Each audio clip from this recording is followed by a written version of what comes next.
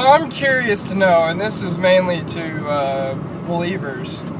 I'm curious to know, do you actually, literally believe that your religious events actually, realistically, positively took place? Such as, or still take place, such as, do you actually believe that a man, kind of like you, died 2,000 years ago, and that same human being, like you, today, is capable of speaking to you, and answering your questions, and interacting with you?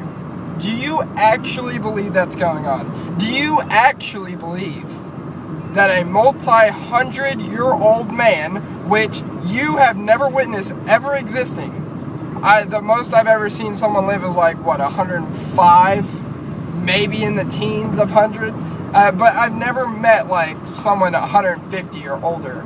Do you actually believe that a multi-hundred-year-old man built a wooden ship with, I guess, no power tools and no real tools to speak of, besides just hand tools, that fit every single animal, every single species on the planet inside this ship, and sailed it for 40 days? Do you actually believe that happened? Do you actually believe that at some point in time in the realistic history of this earth and the universe, that there was a tree of life, a sacred garden of sorts, of which made everybody have sin or live in sin, or at least God did it because of the fucking tree, and a serpent, a snake talked to it? Have you ever been able to talk to a snake? Have you ever plucked a fruit off of a tree and it actually changed the outcome of reality? I mean, and I really don't understand, and I normally don't bring this up, but I really don't understand how in biblical times God was very interactive with his creation, right? He was always telling them what to do and what not to do, and he sent them this and sent them that, and he destroyed this castle, and he flooded the earth, and he told this man, all his bullshit, and he told this man to sacrifice his son. But yet today, and throughout history as far back as you can see, there's absolutely no evidence that anybody's ever interacted with a superior being, just like you. Think about your everyday life.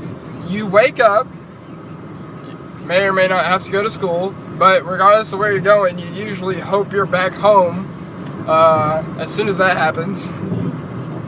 You gotta eat, you gotta take a shit, take a shower, but none of this has to do with God or Jesus. Nothing that you do on a day-to-day basis has any interaction with any type of being. And if you just so happen to get in a car wreck, or if a fucking tornado blows down your city, you don't define that as an act of God. And some of you define that as an act of Satan. Now, so are we saying that God has control of everything, or are we saying that God really doesn't have control over everything? And by you praying, does that mean that God is willing to change his divine plan to suit your newfound need? Which I would assume that if you had a creation and you were all powerful and all loving and all this other horse shit, that you would just create them with everything that they would ever need anyways. But yet we don't, and there's many people that starve, and there's many people that die of disease and illness, and us ourselves are fragile as fuck. We have to eat constantly, we have to drink constantly, we have to pee, we have to shit, we have to, there's many things that we have to do that in heaven you magically don't have to do. But I'm curious to know how many of you believers actually think that these events actually fucking happened. Like, there is absolutely no evidence, none, that a great fucking flood happened however long ago. What was it, 4,500 years ago, according to the Bible? And it talks about demons and unicorns and all this other crazy shit that you have never seen. You and I have never experienced unicorns or demons or devil or God or Jesus or heaven or none of this bullshit. None of it. Everything you see in the Bible, you pretty much have no interaction with at all. Not only that, I'm going to do a quick example. Now, I forget the names because I really haven't read the Bible. I just read the things I want to look up at that particular time. But in the Bible, there is a story of a man who attempted to sacrifice his son, and God saved his son before he actually fucking died. Well, here in Texas, here in Fort Worth, Tarrant County, there's a man that threw his 4-year-old boy out of a moving truck, allowed that boy to lay in cacti, almost dying. And this boy laid in cacti for about 4 hours.